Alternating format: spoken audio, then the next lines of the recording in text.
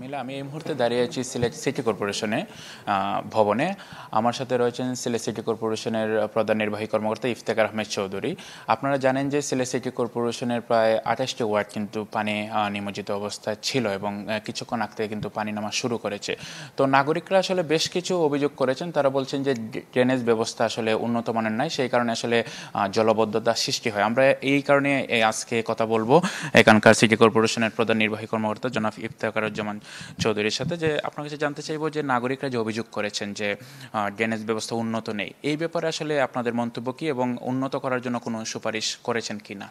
ধন্যবাদ। ইতিমধ্যে আমাদের আপনারা জানেন যে আপনি ইতিমধ্যে বলেছেন যে পাহাড়ি ঢলের কারণে আসলে আমাদের সুরমা নদীর পানি বিপদসীমার অতিক্রম করেছে এবং এই সুরমা নদীর পানিটা ব্যাকফ্লো হয়ে আসলে আমাদের এই 28টা ওয়ার্ড মানে প্লাবিত হয়েছে।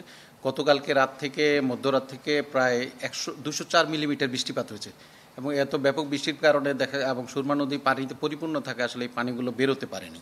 এখন আস্তে আস্তে পানি কমছে। তবে আপনি যে ড্রেনেজ সিস্টেমের কথা বলেছেন, আসলে কিছুটা ড্রেনেজ সিস্টেম আমরা কন্টিনিউভাবে কাজ করে যাচ্ছি ড্রেনেজ সিস্টেম উন্নয়নের জন্য। কিছু কিছু ক্ষেত্রে কিছু মানুষের অবৈধ বাড়িঘর ছিল, এগুলো আমরা ভেঙে আমরা ড্রেনগুলো বড় করার চেষ্টা করছি। এবং সবচেয়ে বড় বিষয় যে আমাদের মাননীয় মেয়র মধ্যে একটা আনোয়ারুজ্জামান চৌধুরী উনি একটা উদ্যোগ নিয়েছেন যে আমাদের যে সিটি কর্পোরেশন এরিয়ার মধ্যে যে 20 কিলোমিটার সুরমা নদীর অংশ পড়েছে, এটা আমরা নৌ পরিবহন মন্ত্রণালয়ের সাথে কথা বলে ইতিমধ্যে এটা নিজস্ব উদ্যোগে আমরা ড্রেজিংয়ের উদ্যোগ নিয়েছে যেন আমাদের এই সিলেট সিটি কর্পোরেশনের মধ্যে কোনো জলাবদ্ধতা না হয়। পাশাপাশি যে যে জায়গায় আমাদের এই ড্রেনেজগুলো আছে সেইগুলো আমরা মানে সঠিকভাবে যেন আমরা এই ড্রেনেজ সিস্টেমটা ঠিক করতে পারি সেই চেষ্টাও চালিয়ে যাচ্ছি আমরা। আপনাকে অসংখ্য ধন্যবাদ। আমাদেরও প্রত্যাশা থাকবে যে নাগরিকরা যাতে সব রকম সুযোগ সুবিধা পায় সেই ব্যবস্থাই আপনারা করবেন। তো দর্শক, এতক্ষণ শুনছিলেন যে সিলেট সিটি কর্পোরেশনের প্রধান নির্বাহী কর্মকর্তা ইফতেখার আহমেদ চৌধুরী কথা বলছিলেন সিলেটের বন্যা পরিস্থিতি নিয়ে। মিলা, এই ছিল আমার কাছে সবশেষ। শিমুল, আপনাকে ধন্যবাদ। দর্শক, এ বিষয়ে আরও জানবো। সুনামগঞ্জ থেকে যুক্ত হচ্ছেন আমাদের সহকর্মী আর জুয়েল। মিলা, আমরা আজকে সারাদিনই কিন্তু সুনামগঞ্জের নদ নদী পানি বৃদ্ধির খবর জানিয়েছি।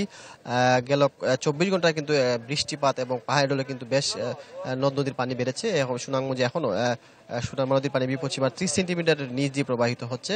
তারপরও কিন্তু আসলে সুনামগঞ্জে নদ নদীর পানি বৃদ্ধি পেলেও নতুন কোনো এলাকা প্লাবিত না হলেও কিন্তু সুনামগঞ্জে 3 থেকে নিম্নাঞ্চলের সড়কগুলো আছে সেগুলো কিন্তু প্লাবিত হয়েছে। ইতিমধ্যে কিন্তু সুনামগঞ্জে বিশ্বম্বরপুর তাহিরপুরে যে একটি মাত্র সড়ক সেটি কিন্তু তলিয়ে যাওয়ার কারণে শক্তির কলা এবং 100 মিটার যে সড়কটি সেটি কিন্তু পানিতে তলিয়ে গেছে, যার কারণে কিন্তু সুনামগঞ্জ থেকে তাহিরপুর এবং বিশ্বম্বরপুরের জেলার সাথে সড়ক যোগাযোগ বিচ্ছিন্ন রয়েছে এবং বিশ্বম্বরপুরের বেশ কিছু বাড়িঘরও কিন্তু পাহাড় ডলের কারণে নদী ভাঙনের মুখে দেখা দিয়েছে। তো সব মিলিয়ে যদি সুনামগঞ্জে বন্যা পরিস্থিতি তৈরি না হলেও কিন্তু ভোগান্তি তৈরি হয়েছে এই নদী পানি বৃদ্ধি এবং পাহাড় ডলের কারণে কিন্তু বেশ কিছু সড়ক, গ্রামীণ সড়ক তলিয়ে সেই ভোগান্তি সৃষ্টি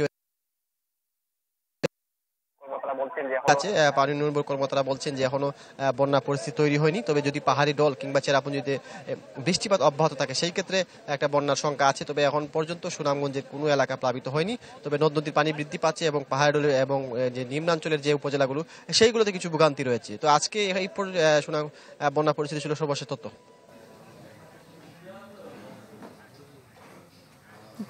জুয়েল, আপনাকে ধন্যবাদ।